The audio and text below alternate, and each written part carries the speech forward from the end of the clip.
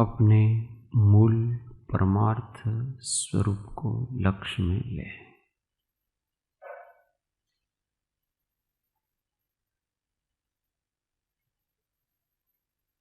शरीर स्थिर, मौन,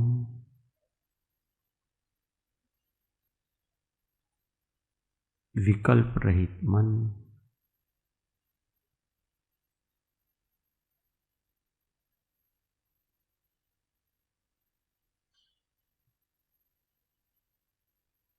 सहज आत्म स्वरूप का लक्ष्य।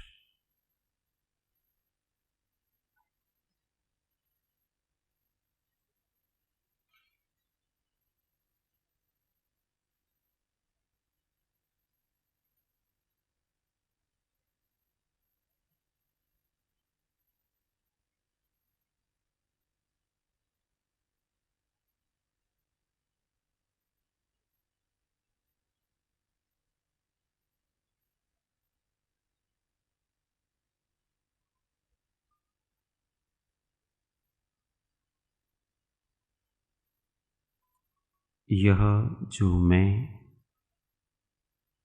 हर समय शेष रहता हूँ,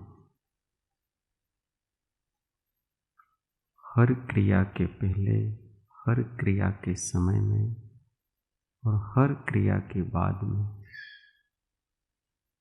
यथावत बना रहता हूँ, ज्ञान रूप में,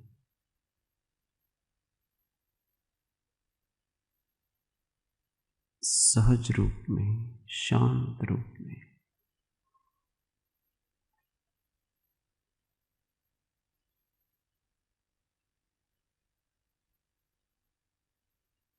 अकारण ही जिसका अस्तित्व है, ऐसा यह मैं केवल अनुभव स्वरूप, शांत स्वरूप, विकल्प रहित,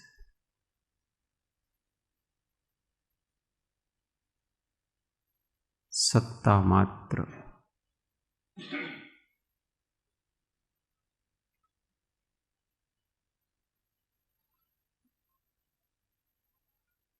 उसका लक्ष्य करें।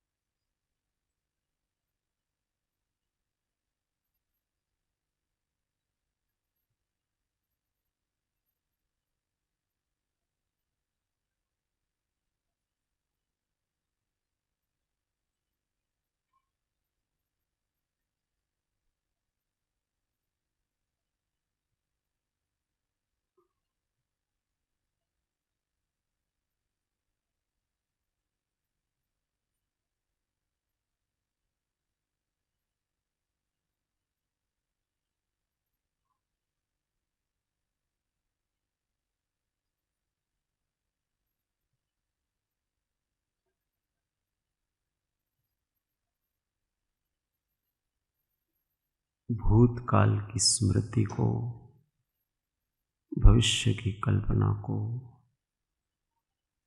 दोनों को छोड़कर केवल वर्तमान अनुभव स्वरूप स्व को लक्ष्य में ले।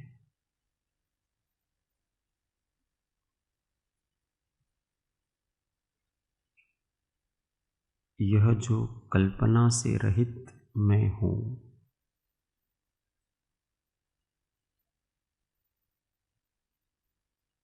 अनुभूति स्वरूप,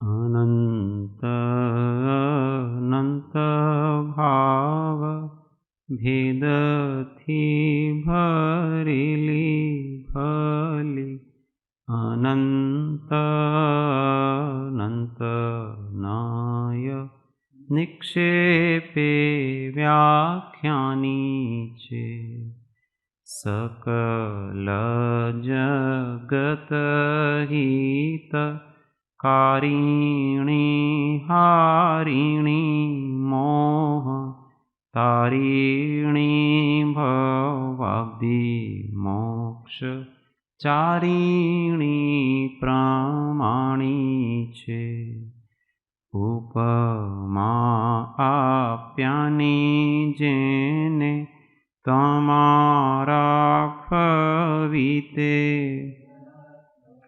आपवाथी निज मति मापाई में मानी छे अहो राज चंद्र बाळ ख्याल नथी पामताय जिनेश्वर ताणी वाणी जाणी तेणे जाणी छे गुरुराज ताणी वाणी जाणी तेणे जाणी छे मोक्षमार्गस्य नेतारं हेतारं कर्मभूभृतां ज्ञातारं विश्वतत्त्वानां वन्दे तद्गुणलब्धये वन्दे तद्गुणलब्धये ॐ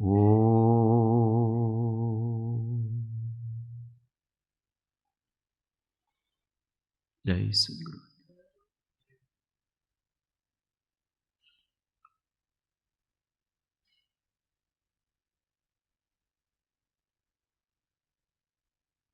परम અને ડ્રોવરમાં ચશ્મા પડ્યો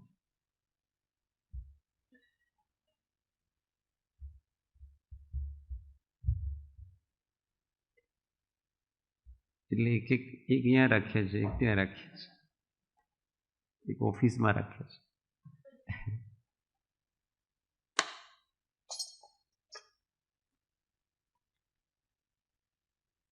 ઓ સ્વાધ્યાયમાં श्री तत्वार्थ प्रबोधिनी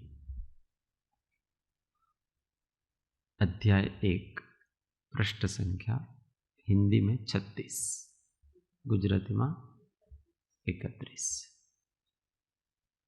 यह तो सम्यक्त्व गुण का वास्तविक निरूपण है। अभी जितना कहा क्या कहा, ये वास्तव में सम्यक्त्व गुण है। अब ज्ञान गुण के सापेक्ष सम्यक्त्व के स्वरूप का कथन करते हैं। अभी भी सम्यक्त्व का ही कथन किया जाएगा, पर किसके सापेक्ष किया जाएगा? ज्ञान गुण के सापेक्ष किया जाएगा। इसको सम्यक्त्व नहीं जानना, ज्ञान के सद्भाव में जो सम्यक्त्व है ऐसा जानना।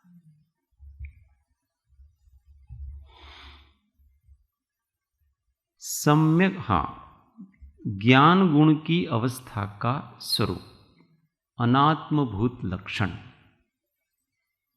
समझ में आ गया ना? आत्मभूत अनात्मभूत इतना तो अपने समझ जाए। सम्यक्त्व और ज्ञान का कुछ ऐसा ही अविनाभावी निमित्त नैमित्तिक संबंध है कि जो मति श्रुत ज्ञान सम्यक्त्व के पूर्व बाह्य विषयों में मग्न रहता था, वह अब आत्माभिमुख हो जाता है। ये सम्यक दर्शन का और सम्यक ज्ञान का ऐसा ही निमित्त नैमित्तिक संबंध है। ज्ञान में हमारे पास दो ज्ञान है अभी। कौन कौन से? इलाबेन, मति ज्ञान और श्रुत ज्ञान। और वो मति ज्ञान और शुद्ध ज्ञान क्या करते हैं? मति ज्ञान का काम है पंच इंद्रिय के विषयों को जानना, वो मति ज्ञान का काम है। श्रुत ज्ञान का क्या काम है? विचार करना, स्मरण करना, ये श्रुत ज्ञान का काम है। तो सम्यक दर्शन होते ही ये जो मति ज्ञान और शुद्ध ज्ञान है उनमें कुछ ऐसी विशुद्धि हो जाती है कि जो मति श्रुत ज्ञान अभी बाहर के विषयों को ग्रहण कर रहे थे, अब वो आत्माभिमुख हो जाते हैं। अभी वो बाहर को ग्रहण नहीं कर रहे हैं, अभी आत्मा को ज्ञेय बना रहे हैं। ऐसा उनमें परिणमन हो जाता है। यह आत्माभिमुखता दो प्रकार से होती है, एक उपयोग रूप तथा दूसरी लब्धि रूप। एक उपयोगात्मक अनुभूति है और एक लब्ध्यात्मक अनुभूति है, ऐसा समझना। उपयोग रूप आत्माभिमुखता का स्वरूप इस प्रकार है कि यथार्थ तत्वार श्रद्धान के पूर्व परद्रव्यों में सुख बुद्धि होने के कारण जो मति श्रुत ज्ञान पंचेंद्रिय द्वारों से इंद्रिय विषयों की ओर प्रवाहित होकर उनको ग्रहण करता था, वह अब विषयों में सुख बुद्धि नष्ट हो जाने के कारण इंद्रिय विषयों को अपना विषय न करके आत्मा को अपना विषय करने लगता है। अर्थात ज्ञान अब आत्माभिमुख हो जाता है, और जब ज्ञान की आत्म विकल्पों में एकाग्रता तीव्र हो जाती है, तब बाह्य विषयों के विकल्प तो सर्वथा नाश हो जाते हैं, तथा आत्म विकल्प जो पहले स्थूल तत्व विचार के रूप में चलते थे, वे भी अब इतने सूक्ष्म हो जाते हैं कि वे स्थूल ज्ञानोपयोग की पकड़ से बाहर हो जाते हैं। तब केवल उपयोग में आत्म विकल्पों का मात्र भाव भाषण रहता है, विकल्प नहीं। वहां सर्व प्रकार का द्वैत समाप्त होकर एक अनिर्वचनीय मात्र स्वसंवेदन गम्य अति आह्लाद रूप आनंद का ही वेदन रहता है।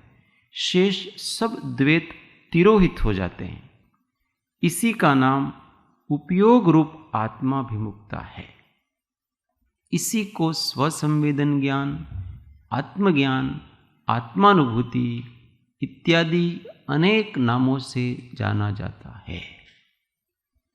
यह आत्मानुभूति ही वास्तव में सम्यक्त्व के प्रमाण का मुख्य मापदंड है। देखो यहां क्या कह रहे हैं, अच्छी तरह से समझे। यहां हो क्या रहा है, हम सबके पास मति ज्ञान और शुद्ध ज्ञान है। तो ज्ञान बाहर के विकल्पों में तब जाता है जब उसको बाहर के पदार्थों में सुख बुद्धि होती है। यहां से मुझे सुख मिलेगा, इस प्रकार का है तो वो बाहर की ओर जाता है। कोई अच्छी वस्तु आई, हमको देखने की इच्छा हुई। क्यों हुई? हमको ऐसा लगता है कि देखने से हमको सुख मिलेगा। कोई स्पर्श करने की हमको इच्छा हुई। क्यों हुई? क्योंकि उससे लगता है कि उससे हमको सुख मिलेगा। कुछ रस की इच्छा हुई। क्यों हुई? क्योंकि हमको लगता है कि इससे हमको सुख मिलेगा। कुछ गंध की इच्छा हुई, क्योंकि उससे लगता है कि हमको सुख मिलेगा।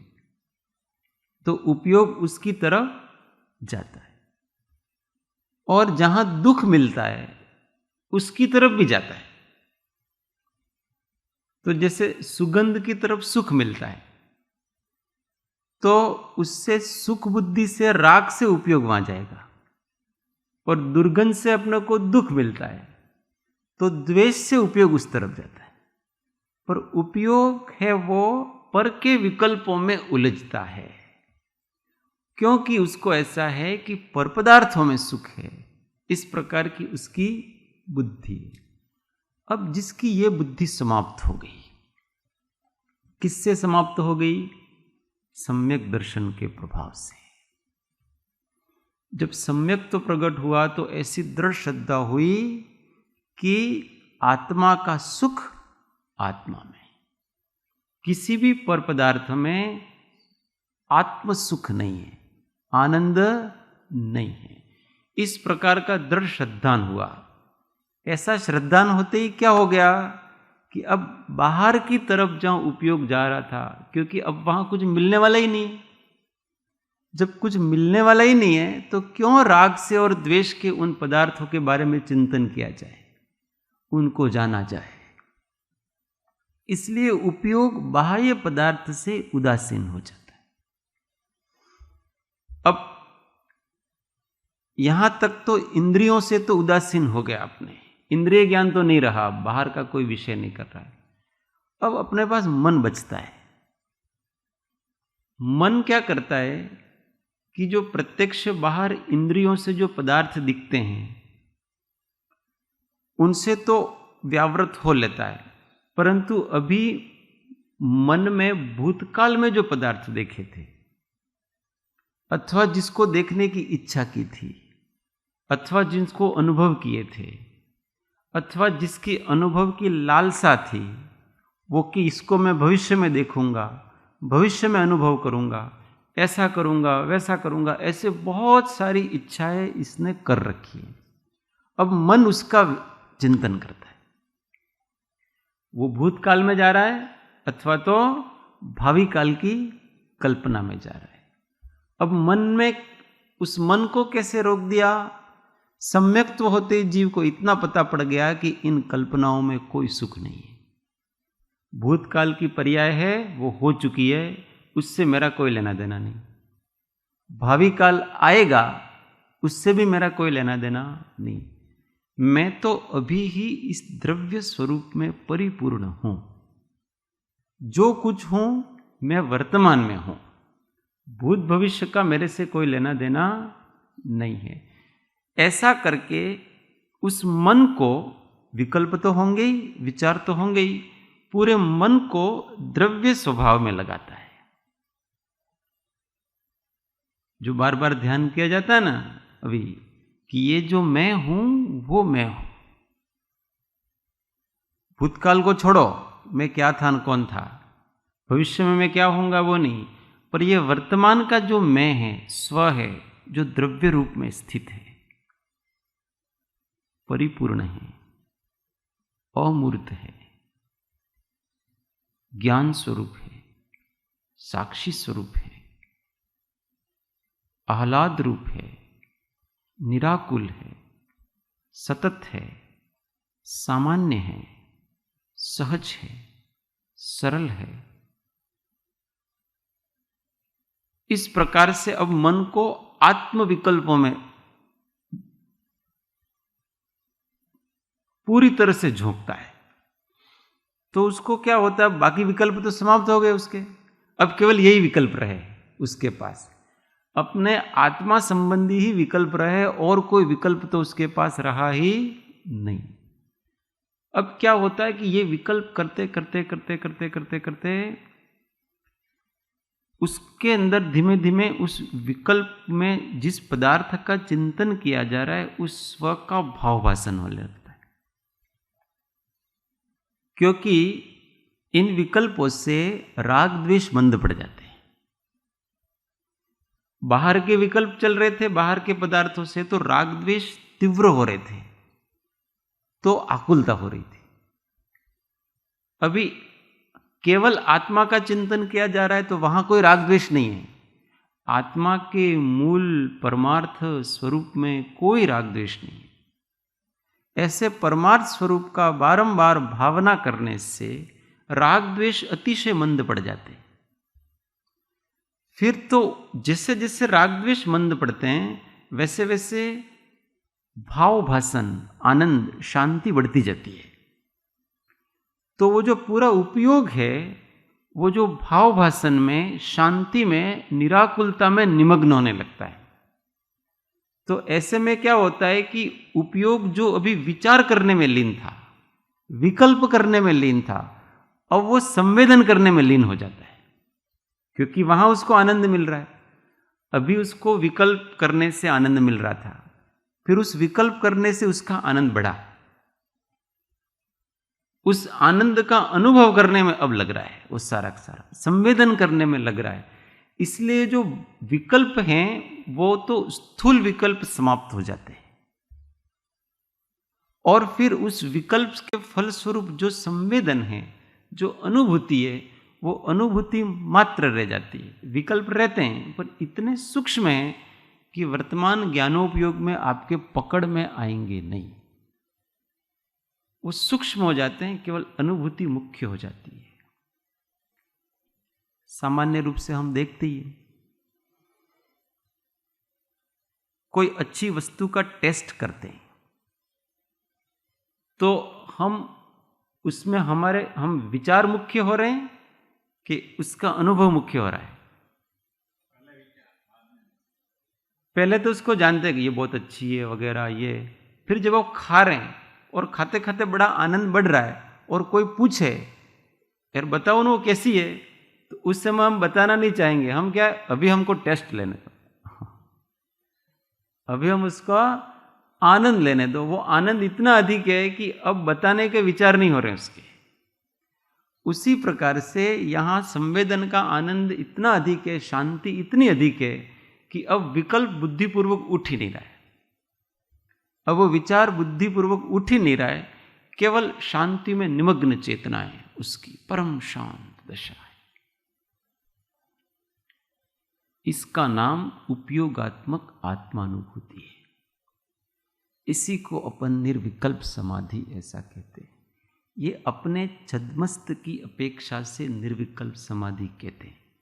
वास्तव में केवली भगवान की अपेक्षा से तो ये भी सविकल्प समाधि है, क्योंकि इसमें भी अभी सूक्ष्म विकल्प तो चल ही रहे हैं पर अपने को ज्ञान में नहीं आ रहे हैं। इसलिए एक देश निर्विकल्प समाधि कहते हैं, एक देश स्वसंवेदन इस प्रकार से उसको कहते हैं।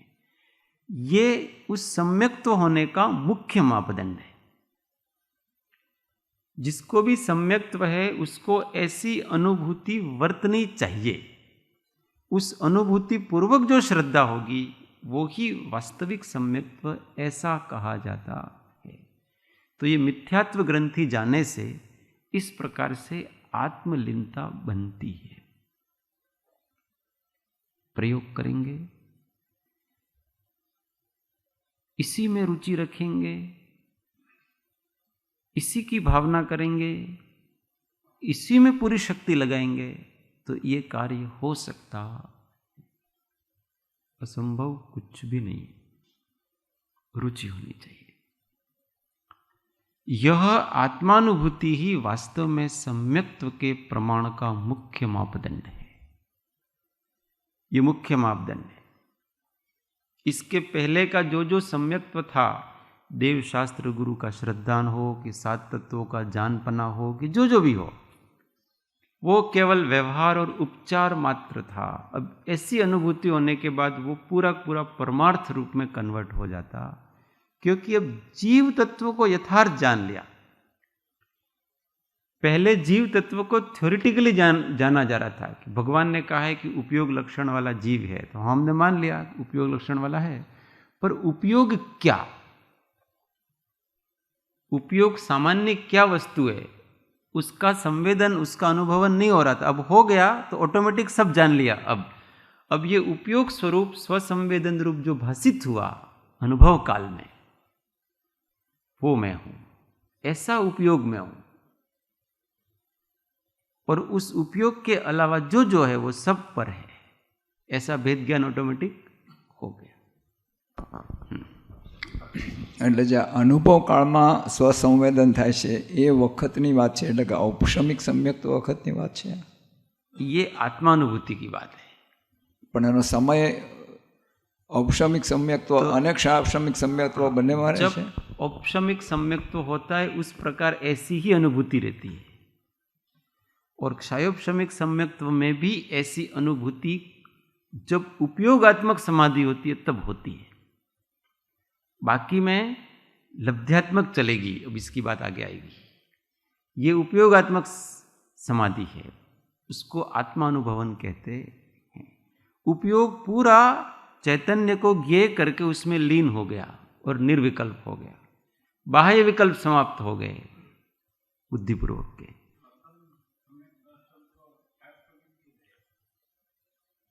उनका पूछना है कि प्रथम सम्यक दर्शन कौन सा होगा, तो प्रथमोपशम सम्यक्त्व होता है, तो वो औपशमिक सम्यक्त्व होता है, मोह ग्रंथि का भेद होता है।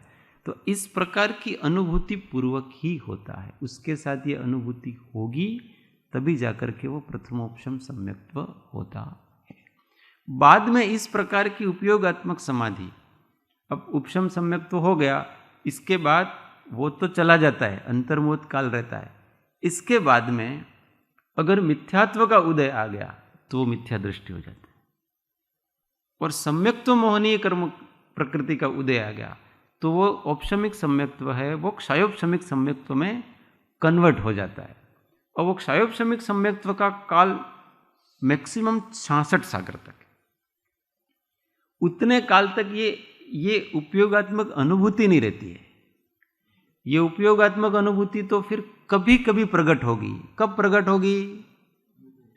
जब कोई गहन ध्यान में है तब प्रकट हो रही है, ऐसे कभी कभी विशेष प्रकार से होगी। पर फिर लब्ध्यात्मक अनुभूति उस सम्यक्त्व के साथ लगातार रहती है, उसका भी वर्णन आगे है।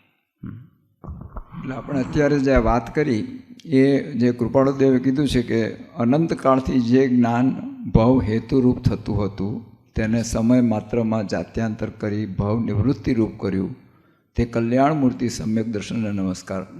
એ જે એક સમય જે છે એક સમય માત્રમાં એની વાત આપણે ચાલે છે ને ત્યારે. हाँ, तो वो ज्ञान कन्वर्ट हो गया। पहले क्या था? अभी वो मिथ्या ज्ञान था, अभी ज्ञान सम्यक्त हो गया। उस ज्ञान ने क्या किया? इसको प्रकट किया है। बात कोई भी सम्यक्त्व हो, सम्यक्त्व कोई भी हो, इनके साथ ये दोनों प्रकार की अनुभूतियां लगी हुई, किसी भी प्रकार के सम्यक्त्व। हाँ, उपयोगात्मक अनुभूति जो है वो एक कषाय के अभाव वाले जीव को हो रही है। हाँ, और 3 कषाय के अभाव वाले जीव को हो रही है। तो थोड़ा उसमें कुछ अंतर है। दोनों में अंतर है, क्वांटिटी का भी अंतर है, थोड़ी क्वालिटी का भी अंतर है। दोनों प्रकार से जिस जात की अनुभूति 7वें गुण स्थान वालों को हो रही है, उस जात की और उतनी गहन चौथे वाले को नहीं हो सकती। परंतु सर्वथा जाति भिन्नता भी नहीं है कि चौथे वाले को एक कषाय चौकड़ी जाने से जो आत्मा की अनुभूति हुई, वही आत्मा की अनुभूति उसको 3 कषाय चौकड़ी जाने से होती है। वहां जाति भिन्नता नहीं है। यहां भी आत्मविशुद्धि हो रही है, वहां विशेष विशुद्धि। मुख्य रूप से यहां क्वांटिटी का ज्यादा फर्क होता है। प्रचुर स्वसंवेदन ये फिर 7वें गुण स्थान और उसके आगे में है। यहाँ प्रचुर स्वसंवेदन वाली बात 4, 5वें गुण स्थान में होती नहीं है, इतना समझना चाहिए। और 10वें तक कषाय सहित है अनुभूति, उसमें मंद कषाय का भी उदय है और अनुभूति भी है। फिर 11वें 12वें में मोहनी कषाय रहित अनुभूति है, और फिर 13वें में पूर्ण है, क्योंकि 11वें 12वें में कषाय नहीं है परंतु ज्ञान में विचलन है। उस अनुभूति को, आत्मा की शुद्धि को वेदन करने वाला ज्ञान है ना, वो खंड खंड है, क्योंकि शुद्ध ज्ञान है, वो विकल्पात्मक ज्ञान है। इसलिए वहां अनंत आनंद नहीं हो रहा है 11वें 12वें गुण स्थान में। और केवल ज्ञान के साथ जो अनुभूति होती है वो अनंत आनंद को लिए हुए होती है। इन सब में बहुत फर्क होता है। एक शुद्ध ज्ञान के द्वारा जो आत्मा को अनुभव किया जा रहा है वो एक देश व संवेदन कहलाता है, और एक केवल ज्ञान के द्वारा जो आत्मा को अनुभव में लिया जा रहा है वो संपूर्ण रूप से संपूर्ण आत्मानुभूति कहलाती है। वो अलग प्रकार की ही होती है। उसका अनुभव केवली होने के बाद ही होता है, इसके पहले हो सकता नहीं।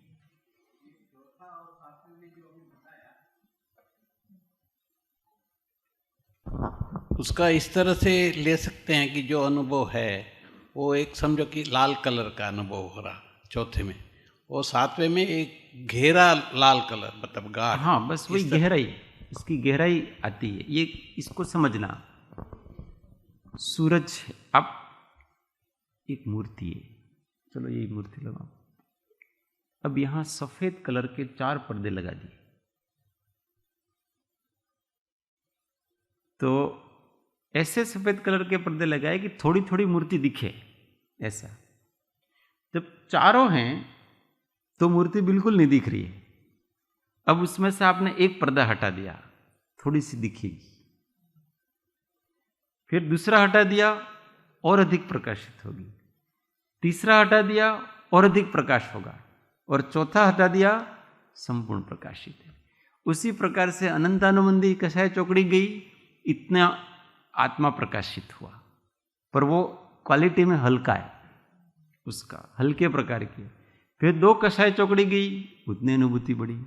3 गई, उतना प्रकाश हुआ। 4 गई, संपूर्ण प्रकाशित हो गया। इस प्रकार से इसको बादलों में सूर्य के, जैसे सूर्य के आगे घने बादल आ गए, एक लहर ऐसी है कि घने बादल आ गए, तो अपने लोग लगेगा ये सूर्य है ही नहीं, परंतु फिर भी प्रकाश है, इससे पता पड़ता है कि सूर्य है। फिर वो बादल थोड़े से पतले हुए तो प्रकाश और अधिक आया। फिर वो बादल और थोड़े पतले हुए और अधिक, और संपूर्ण बादल हट गए तो संपूर्ण निरावृत हो गया। ऐसे ही इस प्रकार की अनुभूति के बारे में जानना चाहिए। ऐसा नहीं होता है कि चौथे गुणस्थान में वो सिद्ध भगवान जैसे आत्मा का अनुभव कर रहे हैं वैसा यहाँ कर रहे होंगे, ऐसा मानना नहीं चाहिए।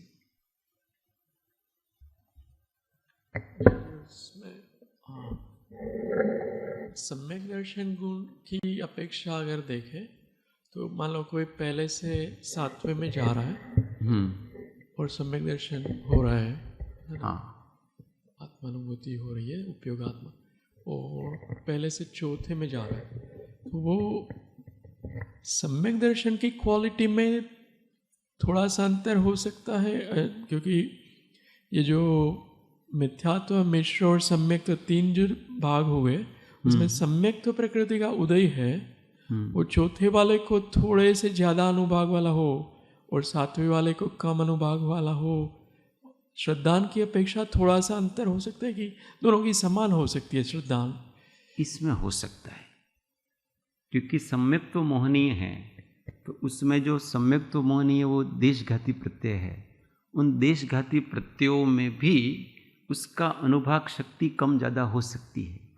तो चौथे वाले की देशघाती की शक्ति अधिक हो तो उसमें मलिनता अधिक हो, इसलिए तो कृपालुदेव ने वर्धमान समकित थई ऐसा लिखा है। वर्धमान समकित थई टाळे मिथ्याभास, उदय थाय चारित्रनो वीतराग पदवास।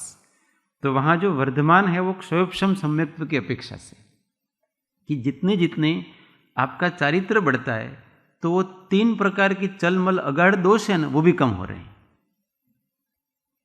क्योंकि वास्तव में वो चारित्र के सद्भाव में ही पैदा हो रहे हैं। कि जैसे ये मंदिर है तो इसमें आपने मूर्ति की एक स्थापना की, फिर उसमें देखो ये मूर्ति हमारी है, ये मूर्ति, ऐसा चलमल अगाढ़ दोष ऐसा होता है। देखो ये भगवान अच्छे हैं, इन भगवान की आप सेवा पूजा करोगे ना तो आपको बड़ी शांति मिलेगी।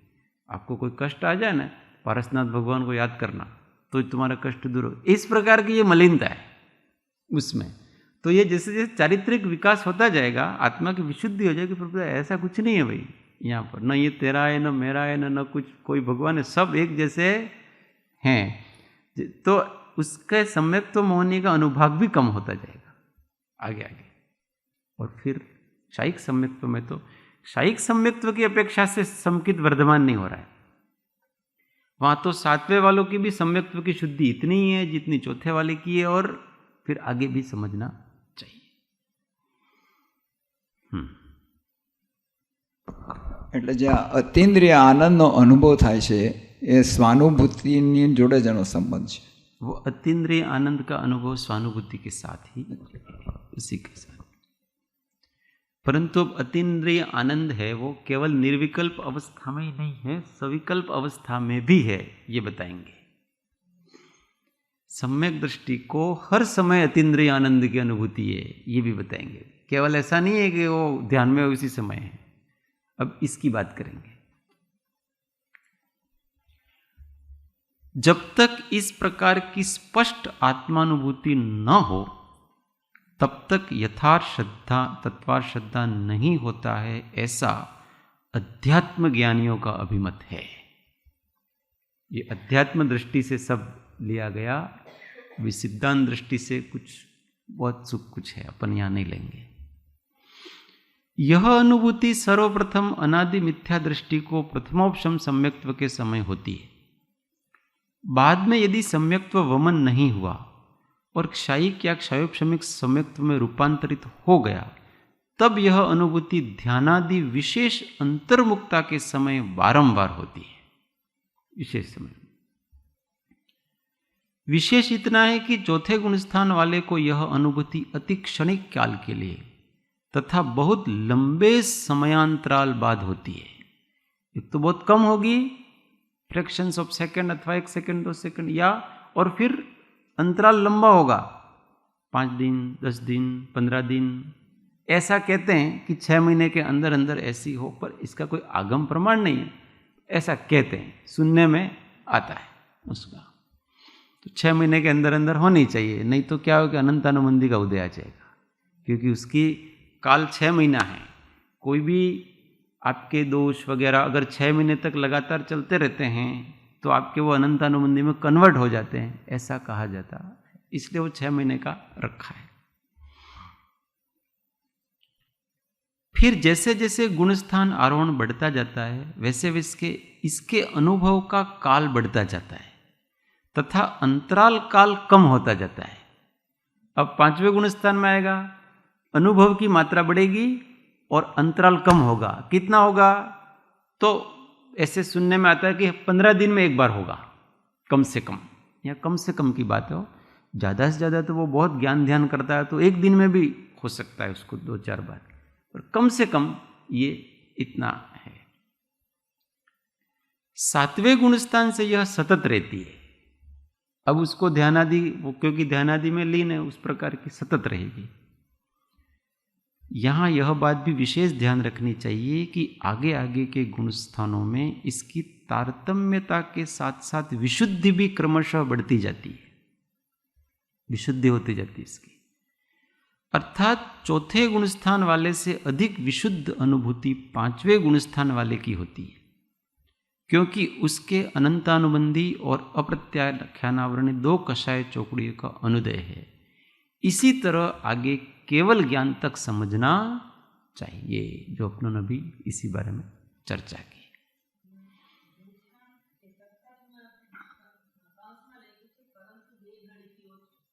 हाँ, वो 2 घड़ी से कम अमानत ले।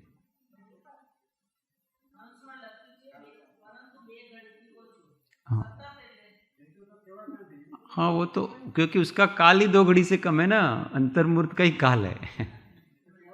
हाँ, नहीं तो केवल ज्ञान। तात्पर्य है कि जितनी जितनी कषायों का अनुदय या अभाव होता है, उतनी उतनी आत्मानुभूति की विशुद्धि भी बढ़ती जाती है।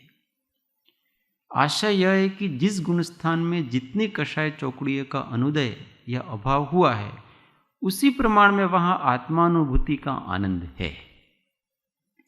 जितनी कषायों का उदय है, उतनी कषायों की वेदना भी उसके साथ है, परंतु वह अति मंद होने के कारण स्थूल उपयोग की विषय नहीं हो पाती है। ऐसा नहीं कि निर्विकल्प समाधि में उस समय उसको उसकी जो उदय कषाय का उदय है उसको पता ही नहीं पड़ रहा है, ऐसा नहीं, उसका आत्मा अनुभव कर रहा है, पर वो इतना मंद है कि स्थूल ज्ञानोपयोग में आता सूक्ष्म रूप से उसकी वेदना अंदर चल रही। इसलिए तो जितनी निराकुलता केवली को इतनी यहां नहीं है, क्योंकि उसकी वेदना उदय में है ना। यहां यही तो कहा है ना, जितनी जितनी कषायों का उदय है उतनी कषायों की वेदना भी उसके साथ होती है, तो उदय चल ही रहा है। 7वें गुण स्थान में भी संजुलन कषाय का उदय चल ही रहा है सबका। हाँ, दोनों चल रहा है। जितनी प्रकृतियों का उदय है उतना तो है ही, और वो जीव उस समय भोग ही रहा है। उस समय 10वें गुण स्थान तक तो मोहनीय कर्म का उदय है, और फिर 11वें 12वें गुण स्थान में फिर ज्ञानावरण दर्शनावरण अंतराय कर्म का उदय है, तो उनका वेदन है वहां पर। केवल ज्ञान में चारों घातिया कर्म नष्ट हो जाते हैं, वहां फिर किसी घाती कर्म का वेदन नहीं है, इसलिए अनुजीवी गुण संपूर्ण प्रकट हो जाते हैं। अतः पूर्व के चौथे से छठे गुण स्थान तक के गुण स्थान भी स्यादवाद से निर्विकल्प अनुभव ही नाम पाते हैं। ऐसा नहीं समझना कि वहां कोई निर्विकल्प अनुभूति नहीं है, वहां भी अतीन्द्रिय आनंद है ही, परंतु वस्तुतः तो 10वें गुण स्थान तक आत्मा कषायों का वेदन करता है। इस प्रकार से उपयोग रूप आत्माभिमुक्ता का स्वरूप कहा गया है। अब लब्धि के बारे में कहेंगे, कल कहेंगे।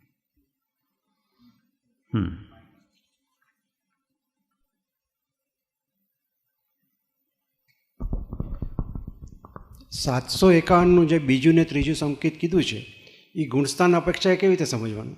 देखो, गुण स्थान अनुसार जो दूसरा सम्यक्त्व कहा है उसको अपने चौथे से छठा समझना, दूसरा, और जो तीसरा का है वो 7वें और उसके आगे का वीतराग सम्यक्त्व का है। जो पहले वाला है वो व्यवहार सम्यक्त्व है, वो पहला गुण स्थान है भी इसका। हाँ, दूसरे में अब चौथा गुण स्थान प्रकट हो गया, तो चौथा भी हो सकता है, पांचवा भी हो सकता है, छठा भी, उसको सराग सम्यक्त्व कहते हैं। और आगे 7वें से आगे वीतराग सम्यक्त्व है, वो प्रचुर स्वसंवेदन के साथ है। इसमें भी अनुभवांश है प्रतीति, तो चौथे से वो अनुभव का अंश आ जाता है, तो चौथे से छठे को दूसरे वाला समझना, और 7वें और उससे आगे को तीसरा समझना। उसको आत्माभिमुक्ता कहेंगे, आत्मसम। हाँ, व्यवहार सम्यक तो उसको आत्माभिमुक्ता तो क्या कहें उसको, वो उसकी भूमिका है, ऐसा उसको लक्ष्य बन गया है उसका, ऐसा उसको कहते हैं सम्यक्त्व सन्मुख दशा, ऐसा आगम में सम्यक्त्व सन्मुख। એટલે ગાથામાં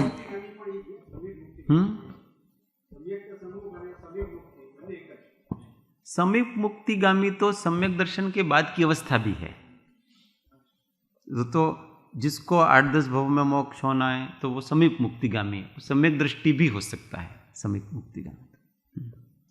એટલે જે પહેલું સંકેત કીધું છે એ આમ તો કારણ રૂપ અનુભૂતિના કારણ રૂપ છે, પણ કાર્ય નથી થતું ત્યાં, કાર્ય નથી, બરાબર। પણ ત્રણેય સમ્યક્ત્વ માન્ય છે, આદર કરવા યોગ્ય છે, સન્માન કરવા યોગ્ય છે।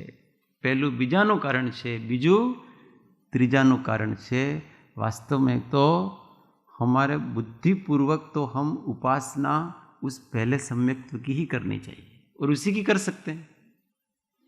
अतिशय देव शास्त्र गुरु के प्रति भक्ति और स्वसंवेदन का पुरुषार्थ, ये तो ये यहाँ तक पहले का ही अभ्यास है, ये सारा का सारा। इसका फल दूसरा है और उसका फल तीसरा है। जो हमारे हाथ में हो वो करना चाहिए, उस पर ध्यान लगाना चाहिए। निर्विकल्प समाधि हमारे हाथ में नहीं है, उसको छोड़ो अभी।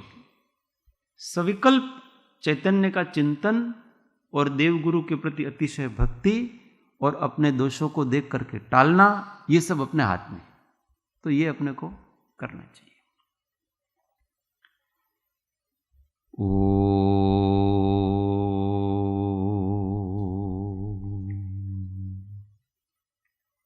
सुखधाम अनंत सुसंत चहि, दिन रात्र रहे तध्यान मही, पर शांति अनंत सुधामय जे, प्रणमो पद तेवर तेज, ओ प्रणमो पद तेवर तेज।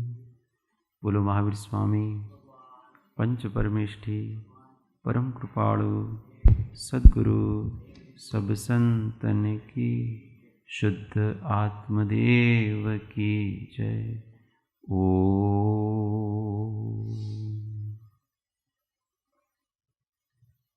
जय सद्गुरु।